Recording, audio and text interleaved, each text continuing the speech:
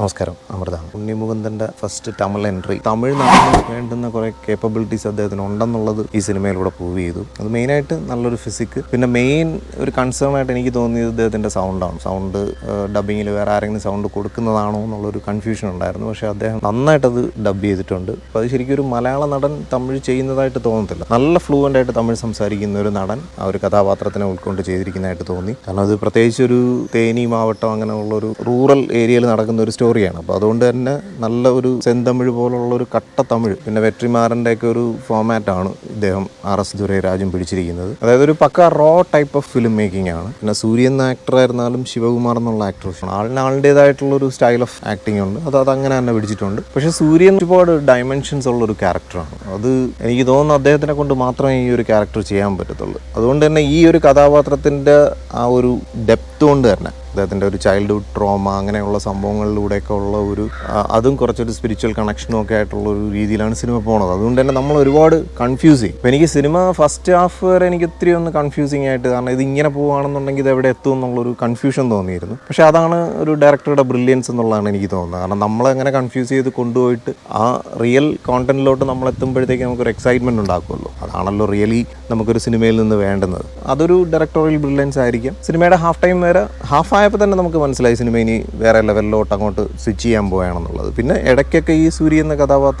ചെയ്ത കഥാപാത്രം അദ്ദേഹത്തിൻ്റെ കുറേ ഡയമെൻഷൻസ് ഒക്കെ കാണിക്കുന്നുണ്ട്. പ്രത്യേകിച്ച് ഒരു ഫാസ്റ്റായിട്ടുള്ളൊരു ഡയലോഗുണ്ട്, അത് ചില സമയങ്ങളിലൊക്കെ ഉണ്ട്. അത് അദ്ദേഹത്തിനൊരു മാനസികമായിട്ടുള്ളൊരു വിഭ്രാന്തിയിൽ പറയുന്ന ഒരു ഡയലോഗാണ്. അത് ഇത്തിരി ലെങ്തി ഡയലോഗാണെന്നുണ്ടെങ്കിലും അത് ഒറ്റ ഷോട്ടിലൊക്കെയാണ് അത് എടുത്തു വെച്ചിരിക്കുന്നത്. അത് കാണുമ്പോൾ അറിയാം, റീടേക്ക് ഒന്നും ഇല്ലാതെ ഒരൊറ്റ ഷോട്ടിലാണ് അദ്ദേഹം കംപ്ലീറ്റ് ഡയലോഗ് കാണാതെ പഠിച്ച കണക്ക് ഇങ്ങനെ ഫാസ്റ്റായിട്ട് പോയാണ്. അപ്പോൾ നമ്മുടെ ഈ പഴയ കലാഭവൻ മണിയെയൊക്കെ ഓർമ്മ വരും ഇദ്ദേഹത്തിൻ്റെ അഭിനയം കാണുമ്പോഴത്തേക്ക്. എനിക്ക് പണ്ടേ ഇഷ്ടപ്പെട്ടിട്ടുള്ളൊരു നടനാണ്. കാരണം അദ്ദേഹത്തിൻ്റെ തുടക്കത്തിൽ ചെറിയ ചെറിയ കോമഡി ക്യാരക്ടേഴ്സൊക്കെ ചെയ്ത് വന്നതാണെന്നുണ്ടെങ്കിലും പിന്നെ ഇയാളൊരു ട്രാൻസ്ഫോർമേഷൻ ഉണ്ടായി.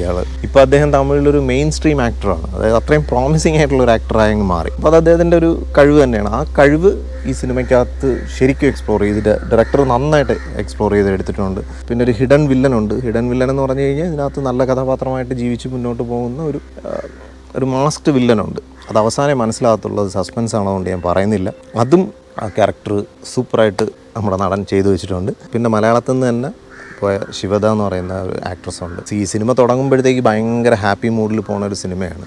പക്ഷെ പിന്നീട് ഇതിൻ്റെ ഒരുപാട് അങ്ങോട്ട് ട്രാൻസ്ഫോർമേഷൻസ് സംഭവിക്കുകയാണ്. പശ്ചാത്തലമൊക്കെ മാറി ഒരുപാട് ട്രാജഡീസും ക്രൈംസും ഒക്കെ നടന്നു വരുമ്പോഴത്തേക്ക് ഈ സിനിമയ്ക്കൊരു ട്രാൻസ്ഫോർമേഷൻ സംഭവിക്കുന്നുണ്ട്. ആ ട്രാൻസ്ഫോർമേഷൻ ഫേസാണ് നമ്മൾ ശരിക്കും ഉണ്ടോ ഇല്ലയോ എന്നുള്ള ഒരു ആകാംക്ഷ ആദ്യം ജനിപ്പിക്കുന്നത്. ഇനി ഇല്ലെന്നുണ്ടെങ്കിൽ ഇതൊരു ഈ പേസിൽ ഇങ്ങനെ പോണ ഒരു സിനിമ ആയിരിക്കുമോ എന്ന് വരെ നമുക്ക് തോന്നും. പക്ഷേ അവിടെ നിന്ന് അങ്ങോട്ട് സിനിമ മാറുമ്പോഴത്തേക്ക് ശിവദ എന്ന് പറയുന്ന ആക്ട്രസ് അഭിനയിച്ചിരിക്കുന്നതൊക്കെ ഹെവി ആയിട്ടുണ്ട്.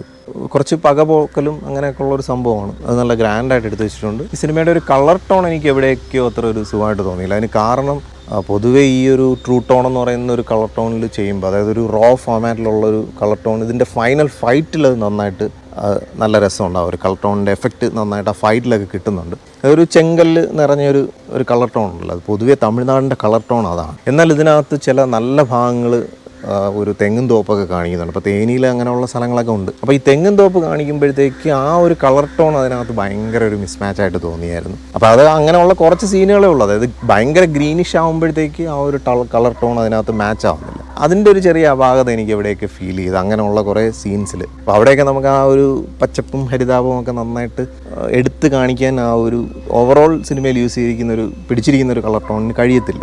അതിൻ്റേതായിട്ടുള്ള, എന്നാൽ അതിനു വേണ്ടി മാറ്റി പിടിക്കാനും പറ്റത്തില്ല. അപ്പോൾ അത് ഭയങ്കരമായിട്ടൊരു ഓക്വേർഡ് ഫീൽ ഉണ്ടാക്കും നമുക്ക് വിഷ്വലി. അപ്പോൾ അതുകൊണ്ടായിരിക്കും അങ്ങനെ ചെയ്തിരിക്കുന്നത്. പിന്നെ ബാക്കി DOP, ക്യാമറ, എഡിറ്റിംഗ് ഒക്കെ സൂപ്പറായിട്ടുണ്ട്. അവസാനമൊക്കെയാണ് അതിൻ്റെ ആ എഡിറ്റിംഗ് കട്ട്സിൻ്റെ ഒക്കെ ഒരു പ്രിസിഷൻ നമുക്ക് ശരിക്കും എഫക്റ്റായിട്ട് തോന്നുന്നത്. പിന്നെ എടുത്തു പറയേണ്ടത് ബാക്ക്ഗ്രൗണ്ട് സ്കോർ ഞാൻ ശരിക്കും അത്രയങ്ങ് സാറ്റിസ്ഫൈഡ് അല്ല.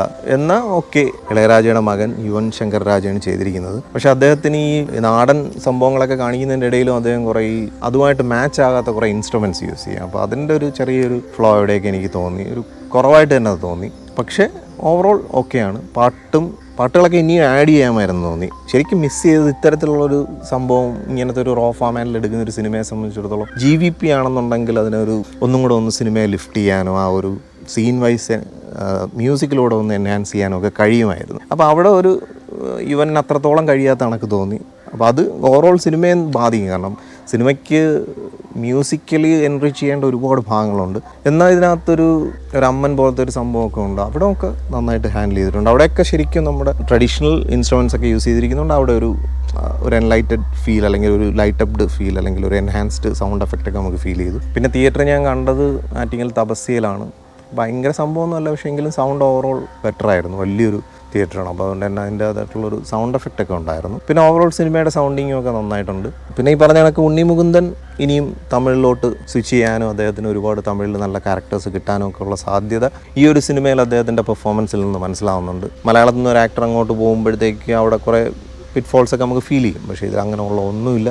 മേ ബി അത് ഡയറക്ടർ ബ്രില്യൻസ് ആയിരിക്കും. എന്തായാലും വളരെ ഈസി ആയിട്ട് ആ ഒരു ക്യാരക്ടറിന് അദ്ദേഹം ചെയ്തിട്ടുണ്ട്. അത് ഈ തമിഴിൽ ഇത്തരത്തിലുള്ള ക്യാരക്ടേഴ്സ് ചെയ്യുന്ന അത്ര ഈസി അല്ല. അത് കുറച്ച് നമുക്ക് ആ തമിഴുമായിട്ട് ബന്ധം ഉണ്ടെങ്കിൽ മാത്രമേ അത്ര ഈസി ആയിട്ട് ആ ക്യാരക്ടറിനെ ഹാൻഡിൽ ചെയ്യാൻ പറ്റത്തുള്ളൂ. അവിടെ ഉണ്ണി മുകുന്ദൻ വിജയിച്ചു എന്ന് തന്നെ പറയാം. നന്നായിട്ട് ആ കഥാപാത്രമായിട്ട് അദ്ദേഹത്തിന് ട്രാൻസ്ഫോം ആവാൻ കഴിഞ്ഞിട്ടുണ്ട്. പിന്നെ ഓവറോൾ സിനിമയുടെ ഈ ഒരു സ്ലോ പേസിൽ തുടങ്ങി നമ്മളൊത്തിരി ഇട്ട് കൺഫ്യൂസ് ചെയ്തിട്ടൊക്കെ സിനിമ അങ്ങോട്ട് ഭയങ്കരമായിട്ടൊരു ട്രാൻസ്ഫോർമേഷൻ നടത്തുന്നതുകൊണ്ട് തന്നെ സിനിമ എനിക്ക് ഭയങ്കരമായിട്ട് ഇഷ്ടപ്പെട്ടു. അപ്പോൾ അതുകൊണ്ട് തന്നെ ഔട്ട് ഓഫ് 10 IMDbയിൽ ഞാൻ 8 റേറ്റ് ചെയ്യുന്നു. അപ്പോൾ ഇനി ഒരുപാട് നല്ല നല്ല തമിഴ് സിനിമകൾ വരാനിരിക്കുന്നു. അതൊക്കെ കണ്ട് അതിൻ്റെ ഒരു വിശേഷമായിട്ട് നമുക്ക് വീണ്ടും കാണാം, അല്ലെങ്കിൽ ഒരു ബ്ലിസ്ഫുൾ സ്റ്റോറി ആയിട്ട് വീണ്ടും കാണാം. Thank you for watching and thank you for supporting me.